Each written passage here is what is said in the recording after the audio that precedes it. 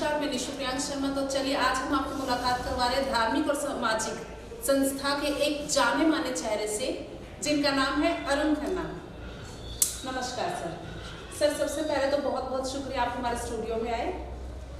Sir Makar Sankranti जो हिंदुओं का प्रथम त्योहार है, एक प्रसिद्ध त्योहार है, पर फिर भी कहीं ना कहीं छुप के रह जाता है। इस बारे में क्या कहेंगे सर आप? ऐसा है, इसमें कोई भी अतिशयोक्ति नहीं है कि मकर संक्रांति जो है हमारा मुख्य त्योहार है। हिंदुओं के जितने भी त्योहार हैं सभी का धार्मिक के साथ साथ वैज्ञानिक आधार भी है। तो जैसे मकर संक्रांति की बात करें तो ये धार्मिक तो है ही, इसका वैज्ञानिक कारण भी है। ये नई पीढ़ी को समझना बहुत जरूरी है, क्योंकि हिंदू धर्म की हर चीज विज्ञान के आधार पर है। उसको ऋषि मुनियों ने धर्म से जोड़ दिया। अभी मकर संक्रांति जब आती है तब जो सूर्य है ये दक्षिणायन से उत्तरायण को आता है। देवताओं का 6 महीने का दिन माना जाता है और 6 महीने की रात मानी जाती है। संक्रांति जो है ये सूर्य के गति के आधार के ऊपर तय होती है। तो मकर संक्रांति के दिन जो सूर्य है ये दक्षिणायन से उत्तरायण की तरफ आता है। अभी जैसे पृथ्वी है, सब बच्चे भी पढ़ते हैं, पृथ्वी के एक उत्तरी गोलार्ध है जिसको नॉर्थ पोल कहते हैं, एक दक्षिण गोलार्ध है। हमारा जो भारत है ये उत्तर गोलार्ध में स्थित है। तो जो उत्तर गोलार्ध में जितने भी देश हैं, तो जब सूर्य उत्तरायण की तरफ आएगा तो प्रकाश सूर्य का इधर ज़्यादा बढ़ेगा। अभी आप देखिए कि मकर संक्रांति से, यानी ये उसकी दशा तो पहले ही शुरू हो जाती है, तो दिन जो है बड़े होने शुरू हो जाते हैं और रातें छोटी होनी शुरू हो जाती हैं। अभी सर्दियों में क्या होता है कि आपको 6 बजे ही काली रात हो जाती है। जब गर्मियों में आप देखते हैं तो 7 बजे भी दिन होता है।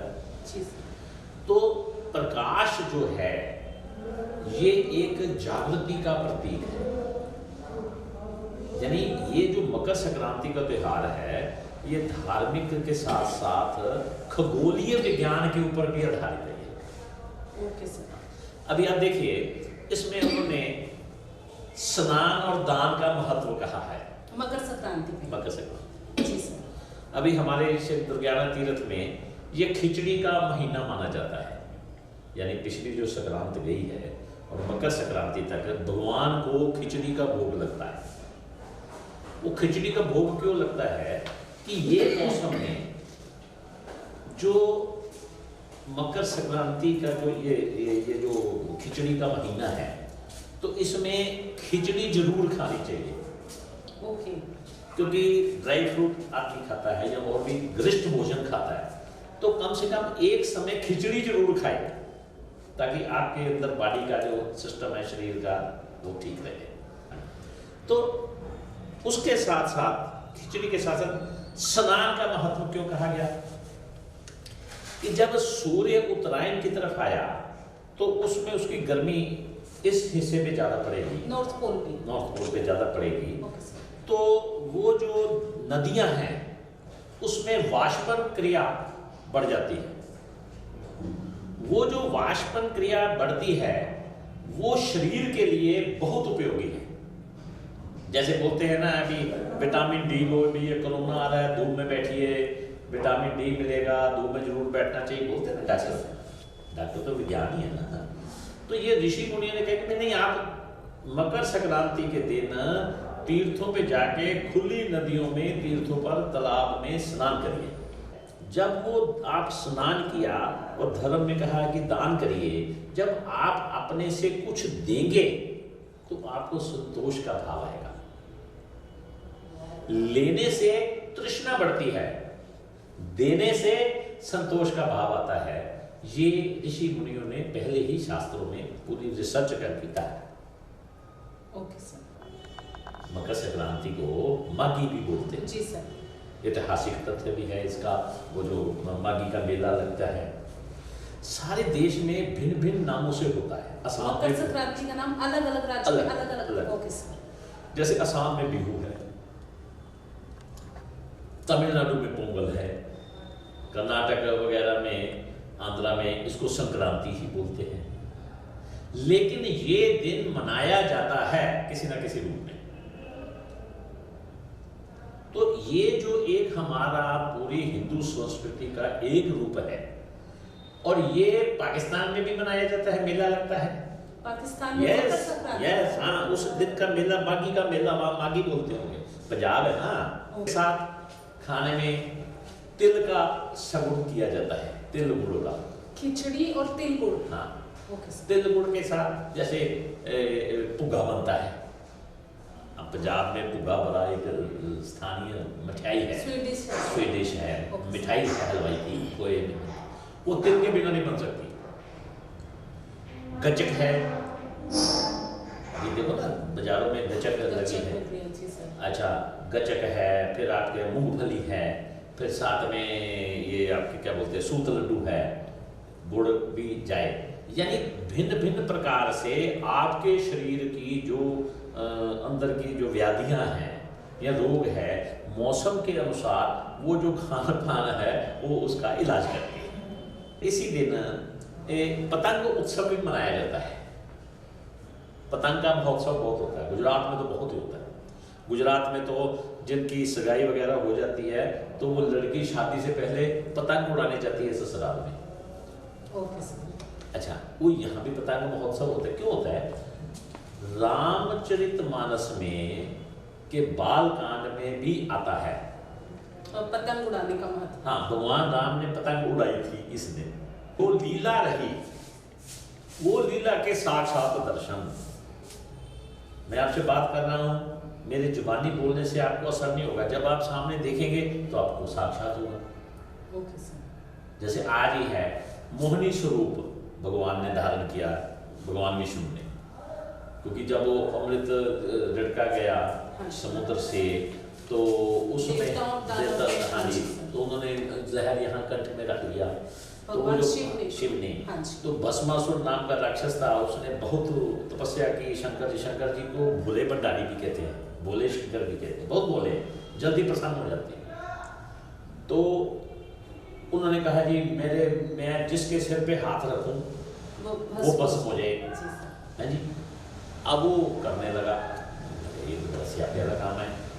तो उन्होंने कहा फिर क्या करना? उन्होंने कहा अच्छा पहले शिव जी आपने दिया तो मैं आग के ऊपर भी रखूंगा। और शिव जी आगे आगे, क्या उसको वरदान है, तो शिव जी आगे आगे भस्मासुर पीछे पीछे।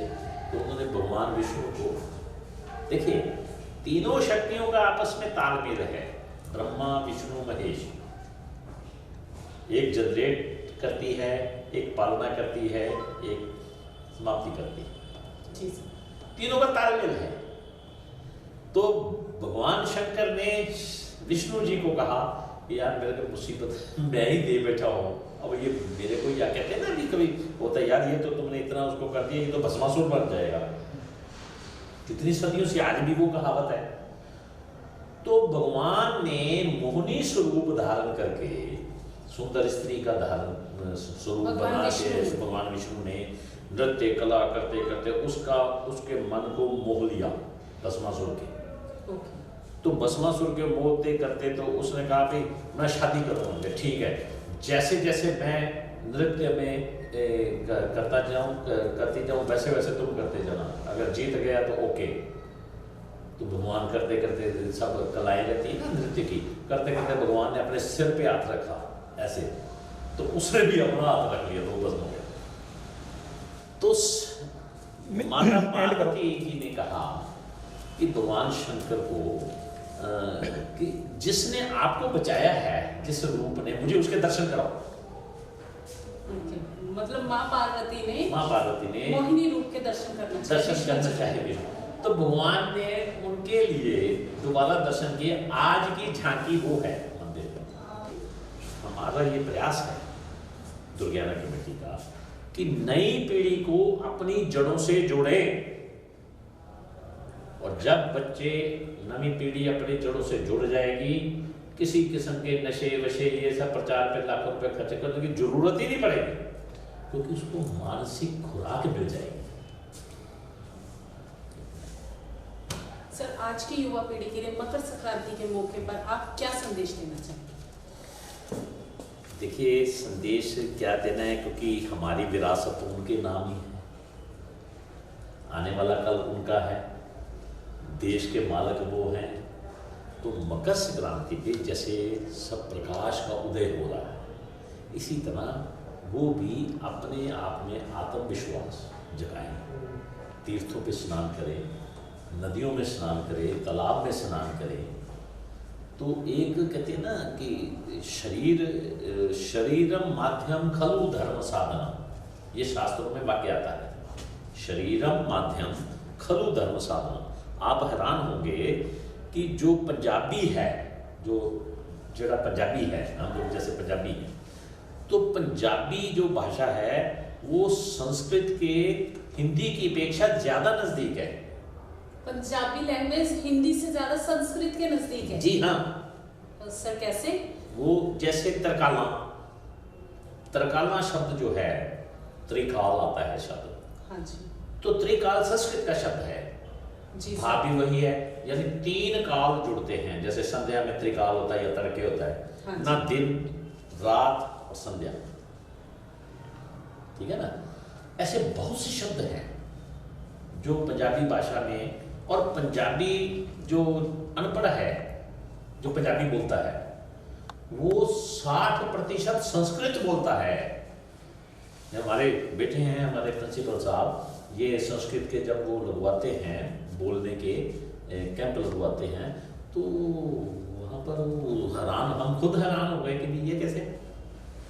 अभी जैसे मैंने ये बोला, शरीरम माध्यम खलु धर्म साधनम, तो जो संस्कृत नहीं जानता, पंजाबी है, तो वो ये समझ जाएगा, उसका भाव समझ जाएगा कि धर्म की साधना के लिए ये माध्यम, ये शरीर ही है। तो शरीर को बलिष्ठ बनाएं, ताकतवर बनाएं, तो धर्म की भी साधना होगी और देश की भी तरक्की होगी, और तुम्हारे परिवार के भी परमात्मा जो है तरक्की करेगा।